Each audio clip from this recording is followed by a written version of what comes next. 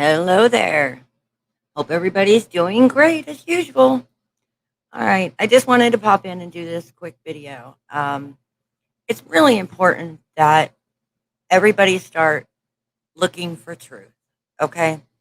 And some things are a constant and some things aren't. And there is a lot of truth and a lot of history, I think, that we don't know. So, what I'm doing by this is I want to introduce you to a channel, as I've been doing, that has some truth in this. And like I said, some things are going to resonate, some things aren't. But on the things that don't resonate, don't just turn away from things that don't resonate with you. Try to look into it a little bit, then see if it's something that makes sense to you, okay? And look for actual facts, not things that are what somebody's feeling is, or not something that somebody says they have a source of a source, or, you know, find out things for yourself. Okay. Always ask questions. All right. So I'm going to go ahead and play this for you. Some of you might already know this stuff, but listen, even when you know something, listening to something again, you can see things you might not have seen before. So here we go.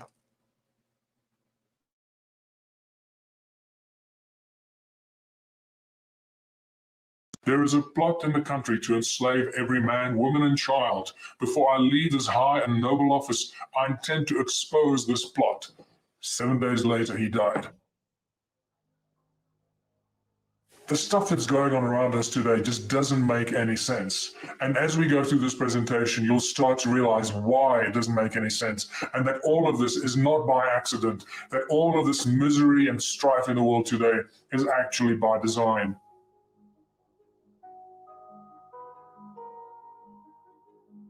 Why is the world divided like this? It is not by accident. All of this is by very meticulously planned action. It is all done by design through the control systems that run our world. All you got to do at all times is follow the money. You'll get to the top and discover the Rothschild banking empire and their cronies, the banking families, and what is often referred to as the royal political elite. These families that control the world did not suddenly come into power in the last 100 years. We're talking about thousands of years of royal bloodline control of the world. The Rothschilds and the other banking families pretty much own all the central banks of the world. This is a shock to the system. The central banks of the world, like the Federal Bank of America, the Bank of England, the South African Reserve Bank, the Reserve Bank of Australia, India, Brazil, all the central banks of all the countries of the world do not belong to the people. They are owned private entities that are controlled and owned by the Rothschild banking empire. And they set the norms, the rules, and the financial policies for the countries. And they lend money to the countries, the governments and the presidents and the prime ministers and the ruling parties of the different countries. And this is why we're constantly trapped in the cycle of debt, because the banks that print our money do not belong to its people. What is money really? Well, money is just an idea. It's a piece of paper. It's a tool of enslavement. And what you will learn here is that money is not something that evolved over thousands of years of bartering and trading as a tool that can help humanity prosper. No, it's exactly the opposite. Money was a tool of enslavement that was conjured up a long time ago and introduced as a complete and whole philosophy and a tool of enslavement. It's just a piece of paper that controls our lives. It burns and disappears. Where did money come from?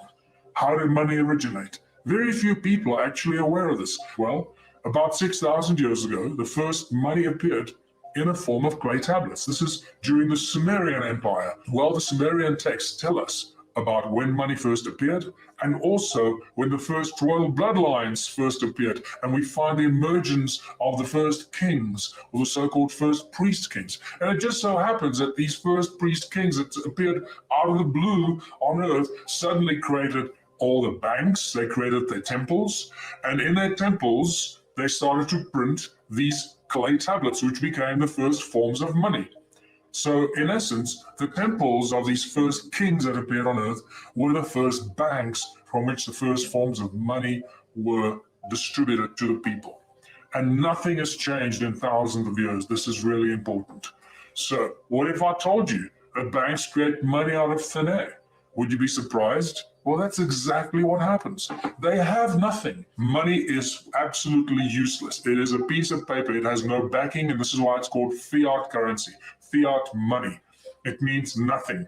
It is valueless. It has no value. The only reason it has value is because we, the people, think it has value, and it's given to us as a piece of paper that has some sort of value, and we trade it and use it and go around and kill each other for it and rob banks for it and go to jail for it and do.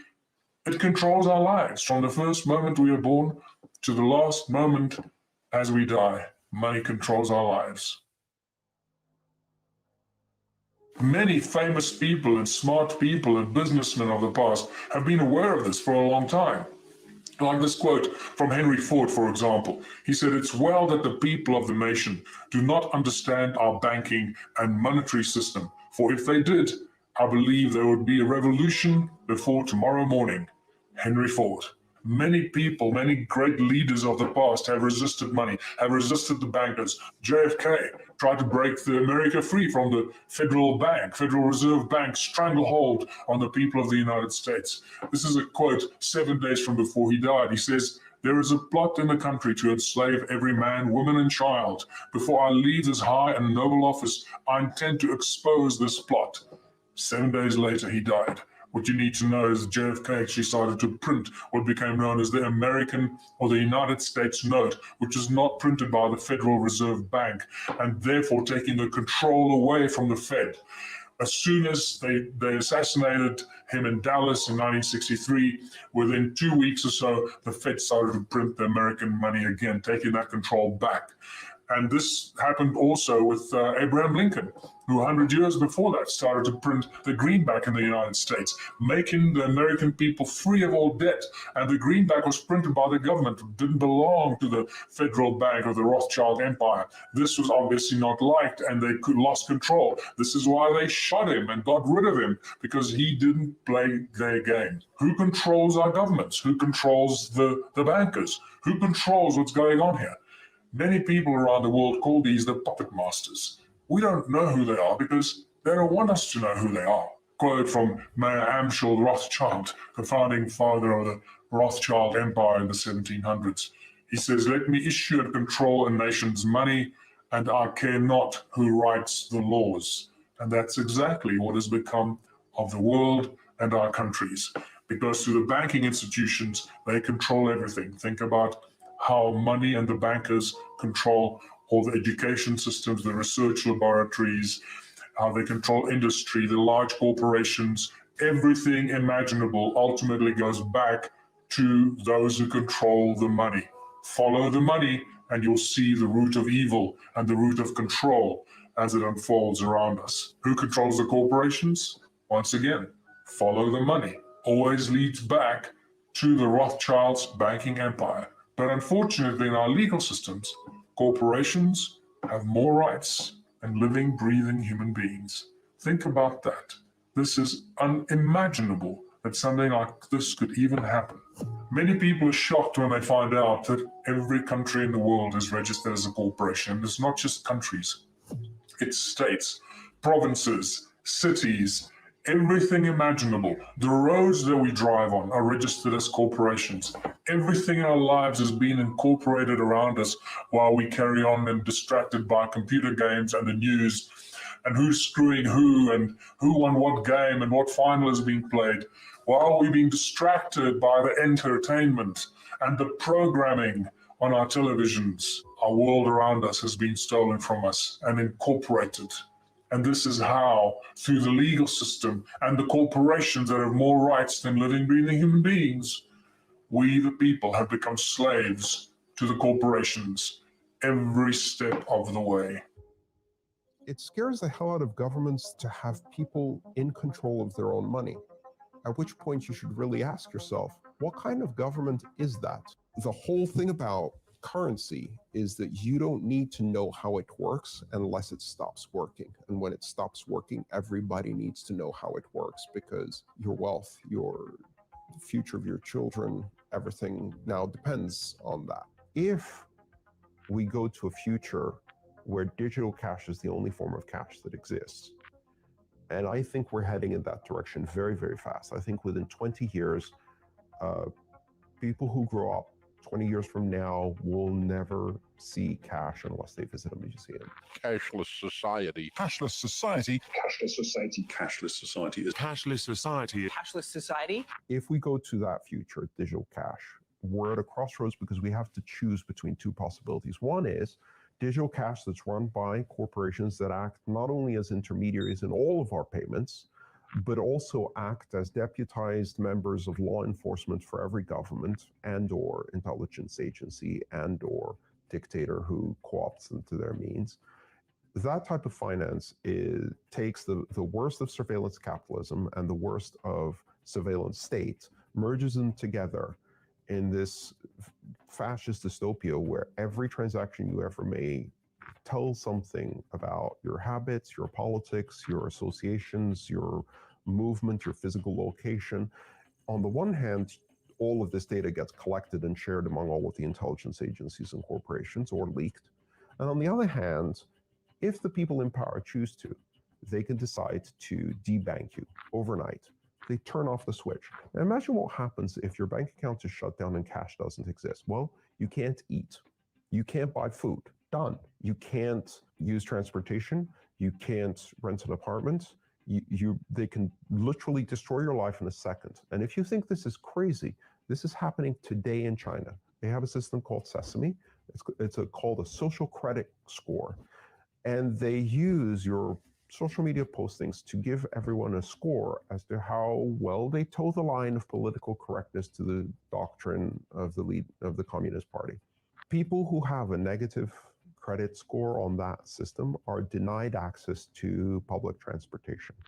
They're denied access to airlines. They're denied access to trains. They're denied access to jobs in the government. They're denied access to apartments to rent. They're doing that today. Now, today, those people have cash to go back on. What happens when there's no cash?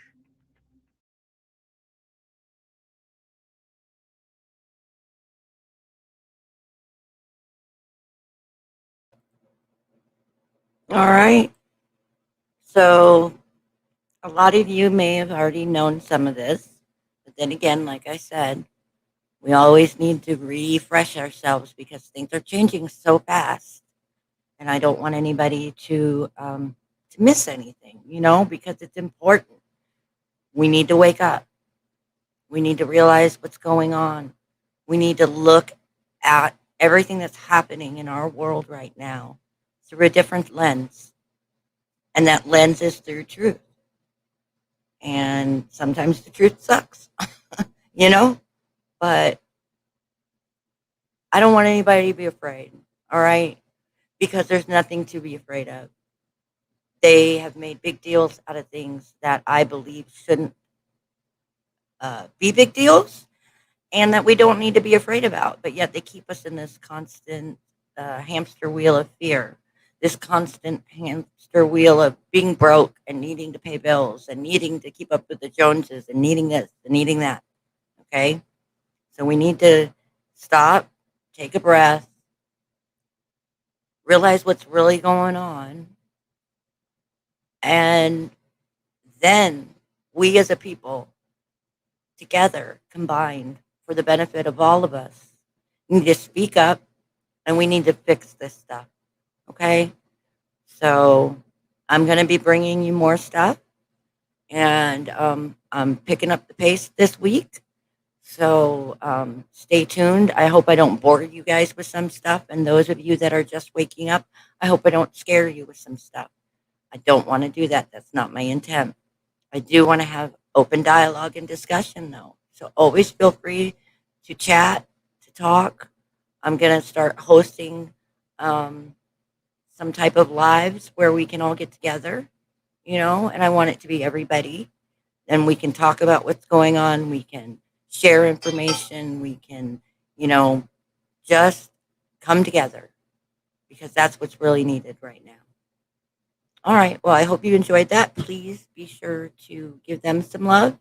I always appreciate the likes as well. Um, it helps me out. They're fighting back hard against me. So it takes 2 seconds to share and to hit a like and help me out. So I will see you soon and have a very, very blessed evening. Do not let the news upset you. Okay? It's designed to. Look at the people around you and the ones that love you and what's going on and just enjoy because we are all very blessed. I love each and every one of you.